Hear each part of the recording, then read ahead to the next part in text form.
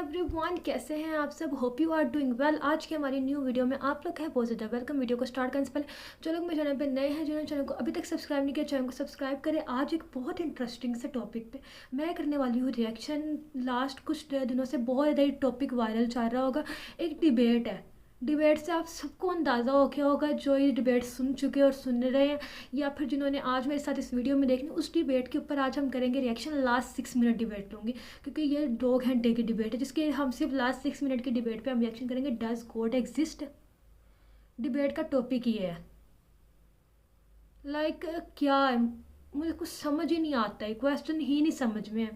मतलब जितने भी लोग खुदा को मानते हैं, अल्लाह ताला को मानते हैं, जो लोग अपने भगवान को मानते हैं, जितने भी लोग हैं, मुसलमान, क्रिश्चियंस, हिंदू, सब मज़हब के, हर किसी का मानना है कि गॉड है। हर किसी का अपना मानना है। तो ये टॉपिक मुझे कुछ समझ नहीं आया, जिस पे आज हम रिएक्शन के बारे में सुनना चाहती हूँ। इस टॉपिक का मतलब क्या है, इसमें क्या नॉलेज समझ नहीं आता। अगर मुझे बहुत और इस वीडियो के बाद भी मुझे होगा ना कि मैं जानूँ मज़ीद ही इस डिबेट में है कि, तो पूरी डिबेट पे भी हम रिएक्शन करेंगे, चाहे मुझे 2 घंटे लगाने पड़े, लेकिन मैं लगाऊंगी। लेकिन मुझे टॉपिक पे जानना बहुत ज़रूरी है। देखने में क्या ही कहना चाहते हैं, क्योंकि हर इंसान को पता है कि हम इस दुनिया में एक मकसद के लिए आए हैं। अल्लाह ताला ने हमें इस दुनिया में भेजा है बहुत थोड़े लिमिटेड टाइम के लिए, कि हम दुनिया में जाएं, इबादत करें, अपने काम करें, और एक पेपर जिस तरह हम सोल्व कर रहे हैं, जिसके हम क्वेश्चन आधे सोल्व कर चुके और आधे हमारे रह गए हैं, और इस पेपर का रिजल्ट हमारी मौत के बाद हमें मिलना है। तो जब हर इंसान ने मर के अल्लाह ताला के सामने जाना है और अपना उसको पता चलेगा उसने दुनिया में क्या किया है। इसमें हम आखिरी टाइम तक भी हम जो उनसे ज़्यादा तौबा कर सकते हैं, और हमारा पेपर पहले ज़्यादा अच्छा हो सकता है। हमें पास आखिरी टाइम तक ही ऑप्शन होता है। एक साइड पे बैठे हुए हैं मुफ्ती साहब, और एक साइड पे बैठे हुए हैं जावेद अख्तर साहब। कोई मुझे नहीं पता उनका क्या मानना है। एक तरफ से जो उन्होंने एक क्वेश्चन करने और मुफ्ती साहब ने उनको आंसर्स देने अपने तरीके से, जो उन्हें पता है। एक साइड पे साइंस से बात की जाएगी और एक साइड पे इस्लाम से बात की जाएगी। मतलब क्या, मुझे नॉलेज नहीं समझ आ रहा है, पॉइंट नहीं समझ आ रहा है कि इसका सारे का डिबेट का पॉइंट क्या है। कि मतलब कोई टॉपिक हमारे पास बैठे हुए, कोई टॉपिक नहीं ना होता तो हम इस्लाम के ऊपर डिबेट करना स्टार्ट कर देते। हम इन छोटे छोटे टॉपिक्स को डिबेट्स में ले आते हैं। लास्ट इस तरह हमने एक वीडियो देखी थी जिसमें बताया गया इस्लाम ख़त्म हो जाएगा। कि मतलब कोई टॉपिक नहीं ना बचता तो हम इस्लाम को, गॉड को बीच में ले आते और डिबेट शुरू कर देते हैं। तो मैं जानना चाहती हूँ कि मतलब इनकी क्या राय है गॉड को लेके, क्या मानते हैं ये। मतलब क्या अल्लाह ताला ने हमें इन्हें नहीं पैदा किया, कि अल्लाह ताला ने इस दुनिया को नहीं बनाया, या फिर अल्लाह ताला जो ये रिस्क रोज़ी कमा रहे हैं, ये अल्लाह ताला नहीं इन्हें दे रहे। बंदे को रिस्क तक अल्लाह ताला अता करते हैं। हमारी चलती हुई सांसें हमारे रब ने हमें दी है। हमें उठना, बैठना, चलने फिरने की तौफीक हमारे रब ने दी है।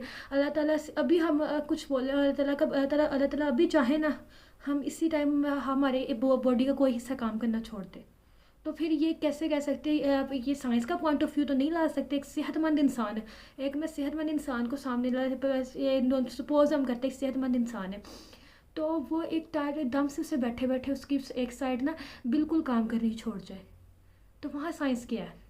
वहाँ क्या नॉलेज पॉइंट हो सकता है कि क्या ये साइंस की वजह से हुआ है?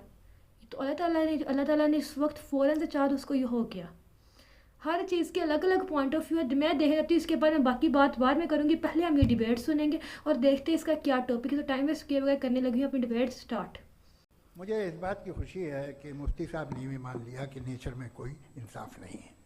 बाकी है कि आपने मेरी एक बात का जवाब नहीं दिया, जिससे मुझे शिकायत है कि फेथ क्या है, और आप फेथ मांगते क्यों हैं मुझसे? आप तो लॉजिकल हैं, आपके पास तो सारे रैशनल हैं, आपके पास सारे सबूत हैं, तो आपको फेथ की डिमांड क्यों करते हैं? कि भाई तुम सरेंडर कर दो और सवाल मत करो। कोई मजहब सारे सवाल करने की इजाजत नहीं देता है, और मना करता है कि ज़्यादा सवाल ना करो, बह जाओगे तुम। कमाल ये है कि दुनिया के सारे मजहब सब जानते हैं ये दुनिया कैसे बनी थी, कैसे मिटेगी, मरने के बाद क्या होगा, इनको सब इल्म है। इनको किसी को डायनासोर होते थे पहले ये नहीं पता था, किसी को नहीं पता। डायनासोर होने से पहले इन सबको किसी भी दुनिया की मजहबी किताब में डायनासोर का जिक्र नहीं है। जिस दुनिया में आप बैठे हैं सर, ये हॉल जो है, ये इलेक्ट्रिसिटी जो है, ये माइक जो है, जिस हवाई जहाज से आप आए थे, वो जिस कार से आप यहाँ आए हैं, ये सब उन लोगों की बनाई हुई है जिन्होंने सवाल किए थे।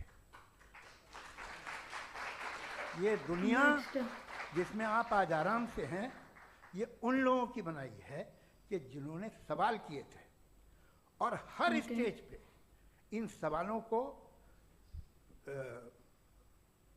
मकरूह कहा गया था, गलत कहा गया था। तो आज जो Okay. बातें आपके जहन से बिल्कुल परे हैं और आप हैरान होते उन्हें देख के, एक वक्त आएगा कि मामूली लगेंगे, और हुआ है। आपकी इंसानी तारीख ही है।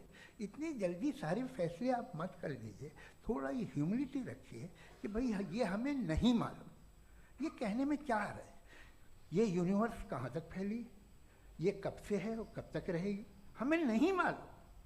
आपने Okay. फैसला कर लिया कब बनी। ये आपके हिसाब से कोई 14 बिलियन ईयर बनी जो Okay. समझा जाता है। उससे पहले हजारों करोड़ों अरबों साल तक खुदा बैठा क्या कर रहा था? खामोश बैठा था, ऐसे ही जमाइयाँ ले रहा था। फिर उसे आइडिया है, यार एक काम करते हैं, वक्त अच्छा गुजर जाएगा, यूनिवर्स को काम से। सोचिए, तो हम अपनी जहालत से लड़े, उसकी परस्तिश न करें। Thank you so much. तर्कों की श्रृंखला में राउंड 2 के लिए मैं देख रही हूँ मुफ्ती साहब इसका क्या आंसर देते हैं। मैं शुक्रिया। चाहती हूँ जो आंसर जनाब जावेद मैं अख्तर सुनना साहब चाहती हूँ कई आंसर। मर्तबा दोहरा रहे हैं कि फेथ का मतलब बताइए, फेथ का मतलब बताइए। मैंने बता दिया, ओके फेथ सही भी होता है, गलत भी होता है। और आज हम Okay. फेथ पे बात नहीं कर रहे, हम ट्रुथ और डज गॉड एग्जिस्ट पे बात कर रहे हैं। क्या डज Okay. गॉड एग्जिस्ट, ये ट्रुथ यानी गॉड है या नहीं है, इसमें से दोनों ट्रुथ क्या है। अब आप उसे फेथ कह लें, बिलीफ कह लें, नॉट माई बिजनेस। उसके बाद आपने कहा कि भाई सवाल करने से मजहब रोकता है। मैं कहता हूं जो रोकता है वो रोकता होगा, मैं नहीं रोकता, बल्कि सवाल करें। Okay. सवाल करना चाहिए, सवाल कर करके तो हम आगे बढ़ते हैं, तरक्की करते हैं। और इसीलिए मैं आज यहाँ पे आया हूँ। लेकिन सवाल सिर्फ खुदा से नहीं होगा, आपसे भी होगा। सवाल एथिज्म से भी होगा, सवाल सिर्फ मजहब से नहीं होगा, सबसे होगा। और आज मैं सवाल करूंगा और उम्मीद है कि आप जवाब देंगे। अभी तक आपने वैसे कॉन्टिंजेंसी आर्गुमेंट का कोई जवाब नहीं दिया है। चलें, आपने कहा यूनिवर्स के बारे में इटर्नल क्यों नहीं बोल देते। ये चूंकि लॉजिकली पॉसिबल ही नहीं है कि यूनिवर्स इटर्नल हो। यूनिवर्स एक कॉन्टिंजेंट चीज है जो टाइम एंड स्पेस के पाबंद है, टाइम एंड स्पेस से बाउंड है। जो टाइम एंड स्पेस से बाउंड होगा वो कॉन्टिंजेंट होगा, जो कॉन्टिंजेंट होगा वो उसकी बिगिनिंग हुई होगी, जिसकी बिगिनिंग हुई होगी वो इटर्नल नहीं हो सकता। ये तो कॉमन सी बात है। आपने कहा कि किसी मजहबी किताब में डायनासोर का जिक्र नहीं है। अफसोस कि आज तक किसी मैथमेटिक्स के किताब में मुझे डायनासोर का जिक्र नहीं मिला। पॉइंट है। तो इसका मतलब मैथमेटिक्स की किताब बेकार है? नहीं, उसका वो टॉपिक नहीं है। रेवलेशन का और मजहबी किताबों का टॉपिक ये नहीं है कि आपको आके बताए साइकिल कैसे बनाते हैं, या आकर ये बताएं कि जो है डायनासोर कब था। वो तो मोरालिटी सिखाने आया है, गॉड के बारे में बताने आया, नॉन फिजिकल रियलिटी की हकीकत को सिखाने के लिए आया। रिलीजियन साइंस को रोकता है? नहीं रोकता। अगर रोकता है तो गलत करता है। रिलीजियन साइंटिज्म को रोकता है, जिसमें हमारे जावेद साहब मुब्तला हैं। पॉइंट है। साइंस और साइंटिज्म में फर्क है। साइंटिज्म ये है कि आप समझें कि साइंस और साइंटिफिक मेथोडोलॉजी ये नॉलेज को हासिल करने का वाहिद सोर्स ऑफ नॉलेज है। ये है साइंटिज्म। हम इसे रिजेक्ट करते हैं। उसके बाद उन्होंने कहा कि भाई हमें नहीं मालूम। अगर नहीं मालूम तो क्लियरली कह देना कि नहीं मालूम है, इसमें क्या हर्ज है। तो वही तो मैं कह रहा हूं ना कि आप कह दें कि नहीं मालूम, लेकिन क्लेम क्यों कर रहे हैं कि गॉड एग्जिस्ट नहीं कर रहा है। आखिरी चीज, इन्होंने कहा कि खुदा दुनिया बनाने से पहले 150 साल पहले या करोड़ों साल पहले क्या कर रहा था। अरे हजरत, चलें बहरहाल मैं जवाब दे देता हूं। आप हमारे रिस्पेक्टेड पर्सनालिटी हैं, अगर आप नहीं होते तो मैं इसे एंटरटेन ही नहीं करता। टाइम ये 100 साल पहले या 100 साल बाद, पहले बाद में अभी, ये वो अल्फाज हैं जिनका ताल्लुक टाइम से है। टाइम शुरू ही हुआ है यूनिवर्स की बिगिनिंग के बाद, तो उसके पहले खुदा क्या कर रहा था? सवाल इलॉजिकल है, ये फेलेसी है। यानी आप ये कह रहे हैं कि यूनिवर्स के बनने से पहले खुदा क्या कर रहा था? टाइम के बनने से पहले, पहले का ताल्लुक टाइम से, टाइम उस वक्त था ही नहीं, तो ये सवाल ही इनवैलिड है खुदा के ताल्लुक से। इसकी एक मिसाल आप ले लें। एक कार है, एक साहब ने देखा कि भाई कार जो है उसके व्हील्स कितने अच्छे लगे हुए हैं, सही जगह पे, स्टीयरिंग जो है कितने अच्छे जगह पे लगी हुई, और सीट्स कितने वेल डिजाइंड है, कितनी प्रिसाइजली ये कार काम कर रही है। तो जरूर कोई ना कोई इसे क्रिएट किया है, किसी ने क्रिएट किया है। अब जावेद साहब आए और कह रहे जनाब बोनेट खोलिए, इसमें इंजन है। इंजन इस कार को चला रहा है, hence prove no one has created the car. This is illogical. Science हमेशा फिजिकल वर्ल्ड की चीजों को ही फिल करती जाएगी और फिजिकल चीजों से ही करती जाएगी, क्योंकि एम्पेरिकल एविडेंस का ताल्लुक फिजिकल वर्ल्ड से है। आप साइंस के जरिए मेटाफिजिकल रियलिटी को कभी साबित नहीं कर सकते। ये रॉन्ग टूल का इस्तेमाल करना है। ये वही काम है कि आप मेटल डिटेक्टर से प्लास्टिक डिटेक्टर करने चलें, जो कि जाहिर है सही नहीं है। फ्रेंड्स, ये थी आज की हमारी लास्ट 6 मिनट की डिबेट, जिसमें हमने जावेद अख्तर साहब की बातें भी सुने, साथ में मौलाना मुफ्ती साहब ने जो उन्हें आंसर दिए वो भी सुने। काफ़ी कमाल के उन्होंने आंसर दिए, मुझे काफ़ी अच्छे उनके आंसर्स लगे। मतलब एक वो किस तरीके से क्वेश्चंस कर रहे थे, और ये पूरी अगर 2 घंटे की वीडियो देखी जाए तो वो जावेद अख्तर साहब ने जिस तरीके से क्वेश्चन किए, मुफ्ती साहब ने आगे से जिस तरीके से कामली आंसर दिए हैं ना, वो बहुत अप्रिशिएट करने वाली चीज़ है कि एक इंसान से उसके मज़हब के बारे में बात कीजिए। हम लोग अक्सर चीज़ें सुनते हैं तो बहुत ज़्यादा अग्रेसिव हो जाते हैं। अपने आप को काम रखना बहुत बड़ी बात है। सेकंड नंबर पे उन्होंने उन जावेद अख्तर साहब ने जो बातें की, उन बातों के बहुत सारे आंसर्स हैं। हमारे मुल्क में बैठे हुए हम पूरी दुनिया में बैठे हुए लोग मोस्टली इस तरह के क्वेश्चन करते हैं। ये चीज़ बहुत नॉर्मल हो चुकी है। आज हर 2 से 3 4 बंदों के बाद चौथा बंदा जो है वो यही क्वेश्चन उठाता है कि गॉड है तो किधर है, और वो अगर है तो वो आज हम इतनी मुश्किल में क्यों है, क्यों नहीं वो आता हमारी मदद करने के लिए। तो कोई इन चीज़ों के आंसर सिंपल से हैं। आज के टाइम पे हम लोग ये चीज़ें छोटी सी आजमाइश पे आते हैं तो हम कहते हैं कि क्यों हमें आजमाइश आई है, क्यों हमारे इतने बुरे हालात आए हैं। आज हमारे पास कुछ खाने के लिए नहीं है, हमारे पास घर नहीं है, हमारे ये हालात है, या फिर हम जो चीज़ें फेस कर रहे हैं, मुख्तलिफ चीज़ें, लोगों की बातें सुन रहे हैं, प्रॉब्लम्स फेस कर रहे हैं। क्यों? अल्लाह ताला चाहे तो सब सही हो सकता है, तो क्यों नहीं अल्लाह ताला कुछ कर रहे? तो इन सब चीज़ों का एक ही आंसर है कि इंसान इस दुनिया में आजमाइश के लिए आया है। इंसान की आजमाइश होनी ही होनी है। हमारे प्यारे नबी ने आजमाइश दी। हज़रत जितने भी आज से पहले नबी गुजर चुके हैं उन सब ने आजमाइशें दी, और बेहद आजमाइशें दी। हमने आज तक इतनी वीडियोस देखी हैं जिसमें हमने हज़रत अय्यूब अलैहिस्सलाम की आजमाइश देखी, हज़रत यूसुफ अलैहिस्सलाम की आजमाइश देखी है, हमारे प्यारे नबी की आजमाइश देखी। हमारे प्यारे नबी से आगे तो कुछ भी नहीं है ना, हम तो कुछ भी नहीं है उनके आगे। उन्होंने कितनी आजमाइश देखी है इस्लाम के लिए, उन्होंने बेपनाह आजमाइश ली है इस दुनिया में, इस्लाम के लिए, इस्लाम को फैलाते वक्त उस आजमाइश को उन्होंने पूरा किया। वो तो हमेशा उस पर साबित कदम रहे। आपसे अक्सर उनके आप सल्लल्लाहु अलैहि वसल्लम के घर के हालात ऐसे होते थे कि कई दिन 2 दिन 3 दिन उन्होंने वो खाना नहीं खाते थे, और उनके पेट में दर्द हो, पत्थर बांधते थे पेट पे। तो जब मेरे प्यारे नबी ने इतनी आजमाइश ली, तो हम तो उनकी उम्मत है ना, हम पे तो ये सब होना ही होना है। अगर हमारे लिए हम फैसिलिटी हर तरह प्रोवाइड करते हैं कि ना तुम लोगों के लिए कोई आजमाइश है, ना ही कोई शैतान है, ना ही कोई ये तो प्रॉब्लम है कि ना तुम लोगों को ये प्रॉब्लम होगी या वो होगी, तो फिर इस दुनिया में आने का हमारा मकसद क्या है? हम इस दुनिया में तो एक मकसद के लिए आए हैं ना। अल्लाह ने हमें एक प्रॉपर एक मकसद दिया है कि जाओ दुनिया में जाके तुम लोग की आजमाइश होगी, कुछ फ़र्ज़ है, उन्हें फ़र्ज़ों को पूरा करो, अपनी आजमाइश दो, और उसके बाद तुम लोग मर के आओगे। जिस तरह कि इससे प्रॉपर एक पेपर हम सॉल्व कर रहे हैं। मैं हमेशा बात करती हूँ, हम एक पेपर सॉल्व करें जिसमें सादा पेपर हम सॉल्व कर चुके और आधा हम कर रहे हैं, और इस पेपर का आंसर हमें मरने के बाद मिलेगा। तो हम इस पेपर में बहुत सारे क्वेश्चंस हैं, इतने ट्रिकी हैं कि उनके जब आंसर्स हम लिखते हैं तो हम खुद एक दफ़ा हम हिल जाते हैं, डगमगा जाते हैं। उस टाइम हमें साबित कदम रहना है। वो सबसे जो सब ट्रिकी क्वेश्चन है ना, वो क्वेश्चन सबसे इम्पोर्टेंट है हमारे लिए, यानी कि हमारी आजमाइश। इस आजमाइश के मोड़ में हमें अल्लाह का शुक्र अदा करना, अल्लाह से जितनी हो सके मदद मांगनी, और अल्लाह ताला को एक ही चीज़ कहनी, या अल्लाह हमारे कदम ना डगमगाएं, या अल्लाह हमारा साथ दो, या अल्लाह हमारे अंदर इतनी ताकत नहीं है, प्लीज़ हमारा साथ दो, हमें लड़खड़ाने मत देना, हमारा ईमान मत डगमगाए।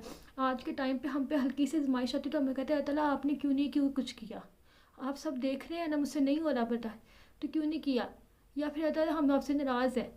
इस तरह हम आराम से बोल देते हैं। तो हम ये क्यों नहीं देखते कि वो रब तो वो है ना जो हमें मुश्किल के मोड़ पे भी निकाल देता है बाहर। हम इतने आराम से उठ के क्वेश्चंस कर देते हैं। उस टाइम हमें अपने रब से माफ़ी मांगनी चाहिए, शुक्र अदा करना चाहिए, क्योंकि कहते ज़वाल के बाद ही अरूज आता है। डायरेक्ट अरूज किसी को भी नहीं मिलता, पहले ज़वाल आएगा फिर अरूज आएगा। और वो ज़वाल ऐसा आता है कि इंसान इस चक्की में पिस के रह जाता है। जो इंसान वो चक्की में जब पिसता है ना, और उसके बाद जो नया बनता है, इंसान की ज़िंदगी नई निकलती है। रियलिटी वो होती है। अगर दुनिया में सारी फैसिलिटीज़ हमें मिल जाएंगी तो जन्नत में हमें क्या मिलेगा? हम जन्नत में जब जाएंगे तो क्या हम जब दुनिया में सारा कुछ लेना है तो फिर आखिरत में क्या है? फिर दुनिया में आने का कोई ताल्लुक ही नहीं बनता, फिर डायरेक्टली हम जन्नत में चले जाते हैं। अल्लाह ताला ने हर इंसान की क्रिएशन जो की है वो इसलिए की है कि इंसान को आजमाया जाए, देखा जाए। शैतान ने कहा था अल्लाह ताला, मैं ये जब हज़रत आदम अलैहिस्सलाम को सजदा करने का कहा, शैतान ने मना कर दिया, मैंने नहीं करना, ये मिट्टी का बना हुआ इंसान है और मैं इसको सजदा करूँगा, मैं नहीं करूँगा। सब फरिश्तों ने किया, शैतान ने नहीं किया। अल्लाह ताला ने उसे वहाँ से निकल जाने का हुक्म दे दिया था कि तू चला जा। तो फिर शैतान ने कहा था कि मैं दुनिया में इंसान, मुझे एक चीज़ खिला दे दो कि मैं ता क़यामत जो उनसे है ना इंसानों को शत वर्ग लाऊँ, उनको सही काम करने से गुमराह करूँ, उनकी जितना भी हो सके उन्हें गुनाहों की तरफ ले। जो तेरे मोमिन होंगे ना वो नहीं मेरी बात मानेंगे, लेकिन जिनके दिलों में हल्का सा भी होगा ना कि अल्लाह ताला ने तो ये नहीं किया, या फिर हमारी आजमाइश के लिए जिनके दिलों में हल्का सा भी शक होगा ना, फ़ौरन से मेरी बात मानेंगे। तो मैं देखता हूँ अब कहता को कितने मोमिन और कितने मेरी बात मानते हैं। तो हमें क्या होना, हमें क्या बनना चाहिए कि हम शैतान की बात मानने वाले बने या मोमिन बने? हमें तो अल्लाह ताला की बात मानने वाला बनना चाहिए ना। उस टाइम जब रिज़ल्ट आएगा क़यामत के रोज़ तो हम फिर उस टाइम बैठ के सिर्फ पछताएंगे। यहाँ पे इनकी बातें सुन के मुझे सिर्फ मैं इनके लिए हिदायत मांग सकती हूँ, अल्लाह ताला इन्हें सही राह पे लेके, क्योंकि इंसान आजमाइश में लड़खड़ा जाता है और लड़खड़ाने के बाद वो इस फेस में आ जाते हैं कि वो कुछ भी बोल देते हैं, उसे नहीं पता होता वो किस राह में आ चुके हैं, उन्हें नहीं पता होता, उनको नहीं पता चलता कि अपनी लाइफ में क्या करें, क्योंकि कुछ लोगों ने इस लाइफ में कुछ चीज़ें फेस की होती हैं। आजमाइश हर इंसान की लाइफ में आती है, कुछ लोग फेस कर लेते हैं और कुछ लोग जो होते हैं इस फेस में आ जाते हैं, इस मोड़ पर आ जाते हैं कि वो अल्लाह ताला को ही बोलते हैं कि अल्लाह ताला अगर हैं तो क्यों नहीं ये किया। उस लम्हे से पनाह मांगनी चाहिए, अल्लाह ताला से माफ़ी मांगनी चाहिए कि अल्लाह ताला हमें उस मोड़ तक ना लेके जाए। ये ज़िंदगी बहुत मुश्किल है और टाइम बहुत तेज़ी से गुजर रहा है। तो दुआ सिर्फ ये करनी है कि हम लोग जो उनसे आखिरी दम तक ईमान की हालत में मरें, हमारा ईमान डगमगाए ना। और जितने भी जो ये लोग हैं अल्लाह ताला इन सब को भी ईमान दे और इन सब को भी सही राह पे लेके आए। जो वो कहते थे कि ना मतलब आज के टाइम पे लोग क्वेश्चंस आते हैं कि मुसलमान बहुत तेज़ी से ईमान छोड़ रहे, तो मुसलमान बहुत तेज़ी से ईमान छोड़ रहे हैं और हिंदू बहुत तेज़ी से इस्लाम इख्तियार कर रहे हैं। तो अल्लाह ताला कहते हैं कि बंदे जो एक टाइम आएगा कि मुसलमान जिनसे होंगे उनका ईमान डगमगाएगा और वो जो सा मज़हब चेंज करेंगे, और जो एक टाइम और उससे ज़्यादा स्पीड से ना वो लोग आएंगे जिन्होंने पहले इस्लाम नहीं जाना होगा। और आज वो चीज़ है, आज वो लोग इस्लाम कबूल कर रहे हैं जिन्होंने पहले इस्लाम को, जो हिंदू घरानों में पैदा हुए, जो नॉन मुस्लिम फैमिलीज़ में रिलेट करते हैं, वो लोग इस्लाम को जानते हैं और इस्लाम को एक्सेप्ट कर रहे हैं और वो बहुत तेज़ी से कर रहे हैं। मेरी हर मुसलमान के लिए, हर इंसान के लिए दुआ, अल्लाह ताला सबको सही राह में चलने की तौफीक अता फरमाए। मेरी इन वीडियोस का मकसद ये है कि हम लोग ईमान को जान सके, इस्लाम को जान सके, हमारे नबी की सीरत को जान सके और हमें ज़िंदगी कैसे गुजारनी हम ये जान सके।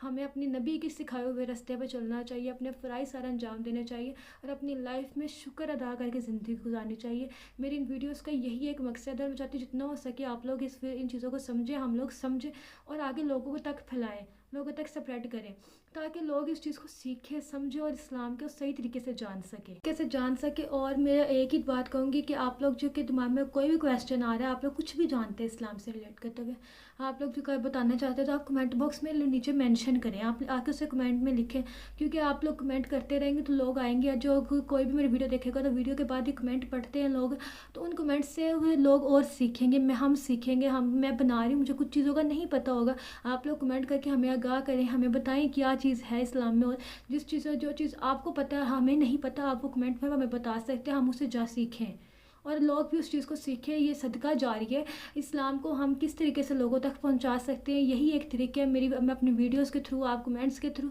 इस तरीके से हम इस्लाम को ज़्यादा लोगों तक फैला सकें और आज की यंग यूथ को इस्लाम की सही नॉलेज दे सकें। और मैं एक ही बात कहूँगी, मुफ्ती साहब के, मुझे जो से मौलाना साहब है, उन्होंने जो जितने भी आंसर्स दिए बहुत ही अच्छे दिए और बहुत ही अच्छे तरीके से जावेद अख्तर साहब को बात बताई है। चाहे ये डिबेट बहुत लंबी थी, लेकिन उन्होंने उस डिबेट की जितनी भी हमने लास्ट 6 मिनट की डिबेट देखी, लेकिन उन्होंने उस डिबेट में बहुत अच्छे से आंसर्स दिए हैं। और इसी तरह हमें चाहिए कि हम इस्लाम को आगे फैलाएँ और लोगों को बताएँ कि इस्लाम है क्या, दीन है क्या, दीन कहता क्या। अपना ख्याल रखिएगा, हमें आज की वीडियो, हम मिलेंगे नेक्स्ट वीडियो, तब तक के लिए बाय बाय, अल्लाह हाफिज़।